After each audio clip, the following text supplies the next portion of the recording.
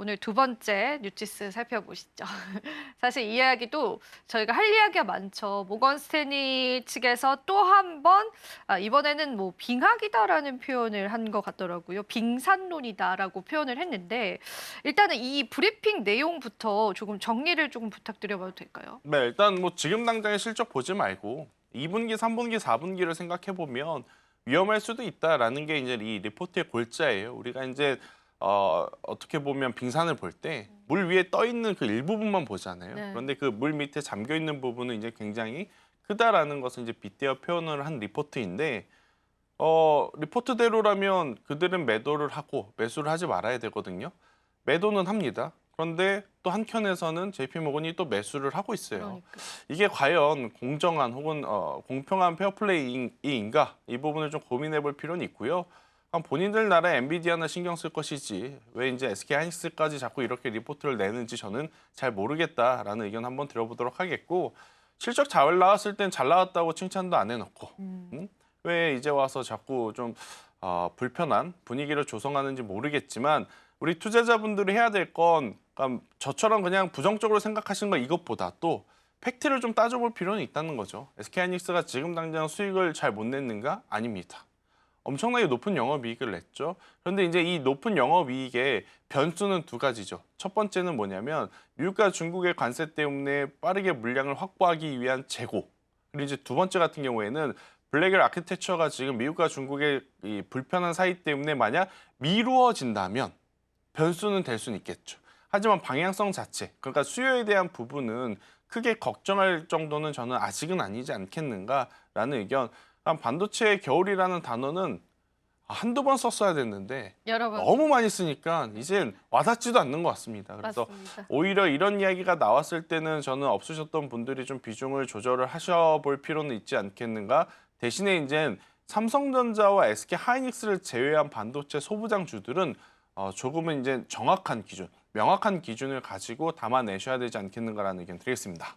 네, 사실 마지막으로 모건 스탠 쪽의 보고서가 이제 비욘드라는 단어를 쓰면서 조금 좋은 전망치를 내놓았다가 오늘 우리 시장에서 갑자기 또 찬물을 끼얹는 그런 내용들이 나왔는데 리포터 자체의 신뢰감이 조금 없어지기도 네. 했어요. 그리고 그 빙하기 이야기를 처음 꺼냈을 때 리포트 자체가 그 직전 리포트에서 단어만 몇 개 바꾼 거의 이제 복사 붙여넣기 한 그런 그렇죠. 리포트였다라고 합니다. 근데 이제 우리가 또 신경을 쓰는 거는 외국인 투자자들은 어쨌든 이제 아시아 반도체 국가 투자할 때는 요걸 또 참고를 하기도 그렇죠. 하잖아요. 그런 수급의 영향력들은 그래도 좀 있지 않을까 싶은데 어떻게 보세요?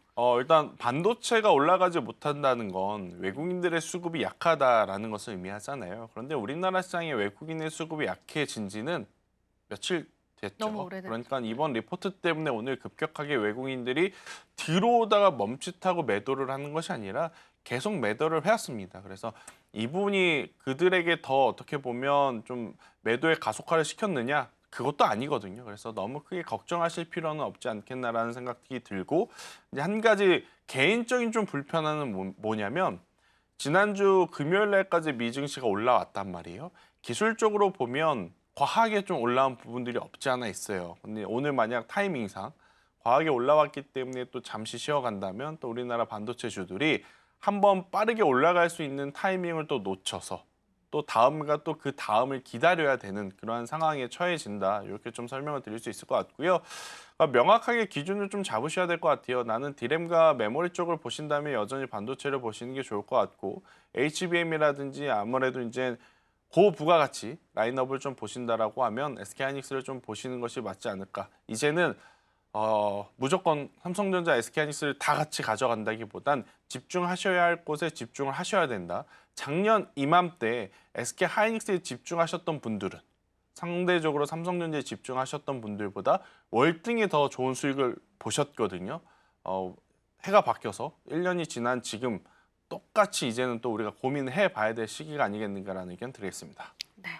그러면은 저희가 투자 관점에서 접근을 해봤을 때 앞서서 이제 본부장님 말씀해주신 것처럼 이게 우리가 이제 삼성전자 쪽에 간에 찬물을 끼얹는다고 하더라도 그게 이제 증시에 크게 영향은 없을 것이다라고 네. 본다면 소부장 쪽은 조금 옥석 가리긴 좀 필요하다 그렇게 말씀해 주셨는데 그 기준을 조금 잡아주실 수 있을까요?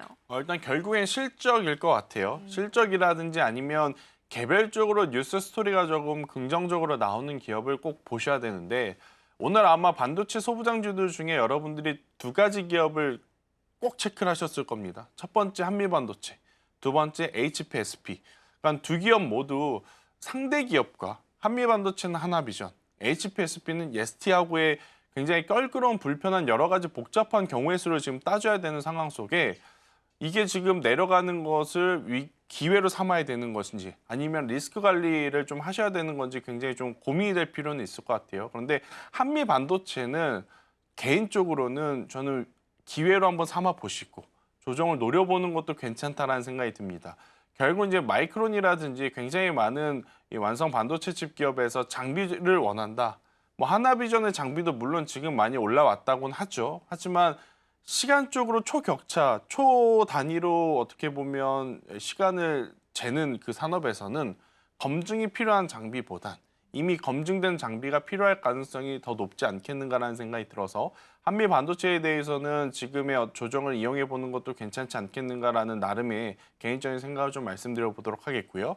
HPSP는 조금 다르게 보셔야 될 것 같아요.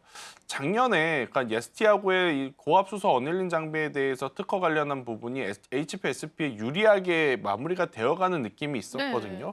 그런데 막상 지금 시간이 흘러 보니까 HPSP가 최근에 올라가지 못했고 예스티가 갑자기 지난주부터 큰 시세를 내기 시작을 하더니 결국 주말 사이에 이야기가 나온 거죠. ST에 대한 승소 관련한 이야기가. 그러니까 HPSP 같은 경우에는 지금 조정이 깊어질 수밖에 없는 그러니까 이쪽은 HPSP는 리스크 관리를 좀 하시는 게 맞을 것 같고 ST 같은 경우에는 오늘 시초 갭상승 이후에 좀 조정이 나오곤 있지만 그 조정을 이용해 볼 필요는 충분히 있지 않겠는가. 그래서 반도체 소부장주들도 작년과 재작년처럼 무조건 조정을 이용해서 매수하기 하자라기보단 개별 스토리가 조금 더 우호적인 기업에 저는 집중을 하는 게 맞지 않겠는가라는 의견 드리겠습니다.